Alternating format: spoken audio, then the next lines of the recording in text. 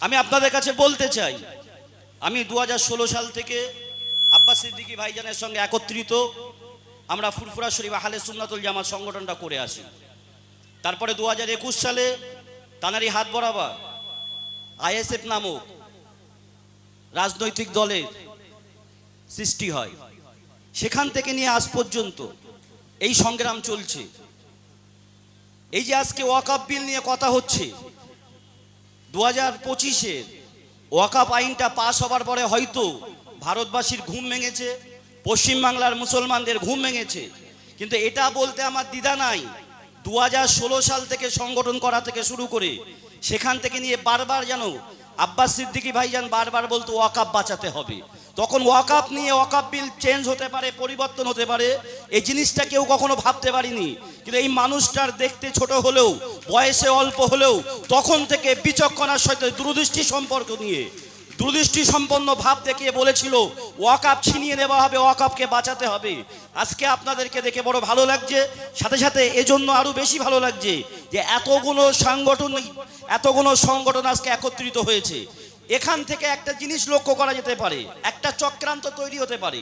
যে চক্রান্তটা এটা হতে পারে, আপনারা জানবেন, এখানে আমাদের সকলের প্রিয় ছোট ভাইজান নওশাদ সিদ্দিকী ভাইজান, তিনি ভাঙড় থেকে এমএলএ হয়েছেন, মানুষের ভোটে জিতেছেন, চুরি করে জিতেননি, মানুষের রায়ে জিতেছেন, গিয়ে তিনি এমনি করে বিধানসভার মেম্বার হয়েছে। আজকে দেখা যাবে এই সংবাদ মাধ্যমের মাধ্যমে এখান থেকে যত মিডিয়া আছে, নওশাদ ভাইয়ের নামটা একটু বেশি দেখা যায়।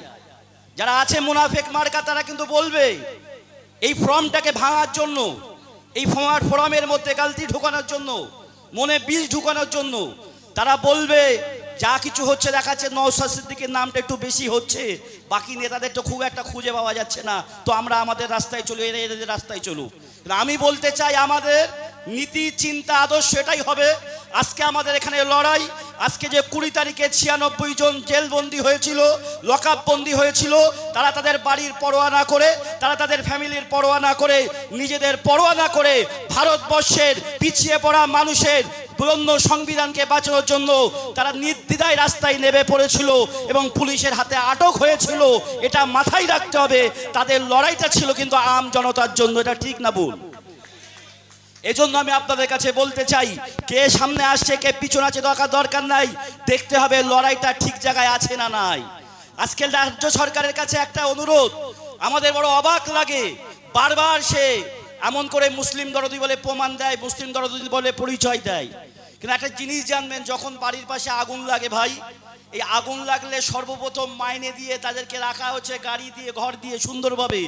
এই মানুষগুলো কি বলা হয়? তাদেরকে ফায়ার ব্রিগেডের লোক বলা হয়। কিন্তু ম্যাক্সিমাম জায়গায় দেখা যায়, আমি একটা জায়গাকে, একটা সংস্থাকে আমি ছোট করছি না, কিন্তু ম্যাক্সিমাম জায়গায় দেখা হয় যে তারা সময় মতন ঢুকতে পারে না, পাড়ার লোকেই বালতি দিয়ে, ঘটি দিয়ে, পানি দিয়ে আগে আগুন বুঝিয়ে নেয়। তারা যখন আসে তখন দেখা যায় আগুন বুঝে গিয়েছে। কিছু মানুষ ক্ষোভ দেখায়, এই দায়িত্বটা আপনার ছিল, আগুন লেগেছে, আগুন নিবানোর দায়িত্ব আপনার ছিল, আপনি আগুন নেবাননি বলে আজকে আমাদেরকে হাত দিতে হয়েছে। এখন আপনি যখন আগুন নেবানোর পরে সময় মতন আসলে এত কিছু পুড়তো না, সময় মতন আসতে পারেননি বলে আমাদের কাছে যা ঘটি বালতি ছিল তা দিয়ে আগুনটা নিভিয়েছি। যদি আপনারা সময় মতন আসতেন তাহলে এই পরিবারে অনেক কিছু বেঁচে যেত। আপনারা সময় মতন না আসার কারণে হয়তো বাড়িটা বাঁচাতে পেরেছি, ঘরের ফার্নিচারগুলো বাঁচাতে পারিনি। এই ক্ষোভ নিয়ে এক শ্রেণীর মানুষ তাদের প্রতি চড়াও হয়। এখন ফায়ার ব্রিগেডের লোক যদি বলে আমি এফআইআর করতে যাচ্ছি এই গ্রামের বিরুদ্ধে, এটা কি মানানসই হবে? যৌক্তিকতা থাকবে? এটা ভুল হবে।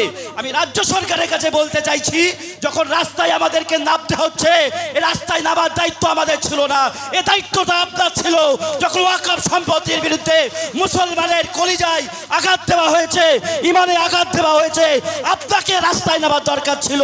আপনি নামেননি, আপনি ঘরে বসে আছেন, উপরন্তু আপনি ডায়লগ দিচ্ছেন যে নামবে, আমার থেকে বড় শত্রু কেউ হবে না। তাহলে ফায়ার ব্রিগেড যদি হাত তুলে নেয়, চোখের সামনে একটা ফ্যামিলি, চোখের সামনে একটা সম্প্রদায়, চোখের সামনে মসজিদ, মাদ্রাসা আজকে কেন্দ্র সরকার লুট করে দেবে, আর ভারতের স্বচ্ছ নাগরিক মুসলমানেরা চুপ করে বসে থাকবে, এটা হতে পারে না। আমাদের কাছে বালতি, ঘটি যেটা আছে তাই দিয়ে আমরা আগুন নেভানোর চেষ্টা করব। ঠিক না ভুল? ভাই আমার, দোস্তেরা আমার, আমি আপনাদের কাছে বলতে চাই, এ সংগ্রামে লড়াই শুধু 3 দিনের ধর্ণা মঞ্চ পর্যন্ত, এই পর্যন্ত সীমাবদ্ধ রাখলে হবে না। এটাকে জেলা ভিত্তিক ছড়িয়ে দিতে হবে।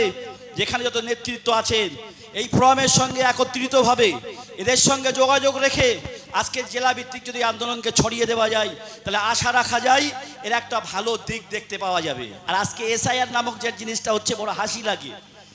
আজকে ভোটটা যখনই নেওয়া হয়, ভোট নেওয়ার পরে চিন্তা করছে তুমি সঠিক ভোটার কিনা, তুমি আসল ভোটার না নকল ভোটার।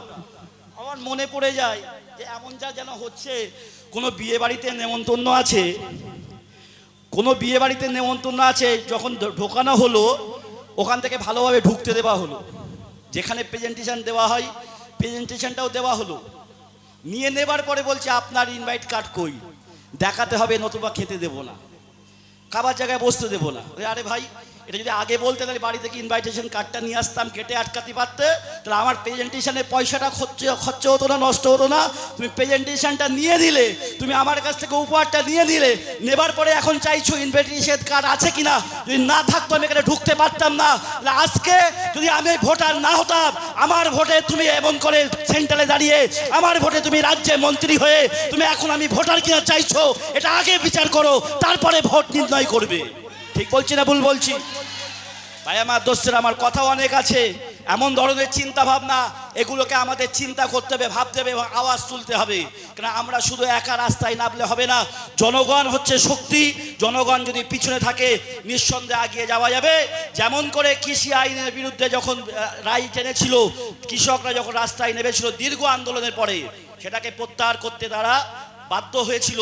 এমনিভাবে ওয়াকাফ আইনকে যদি আমরা সেই রূপ দিতে পারি, ইনশাল্লাহ তারা প্রত্যাহার করতে বাধ্য হবে। এতটুকু আশা রেখে আমার বক্তব্য এখানে শেষ করছি। শুক্রিয়া। পীরজাদা বাইজিদ আমির।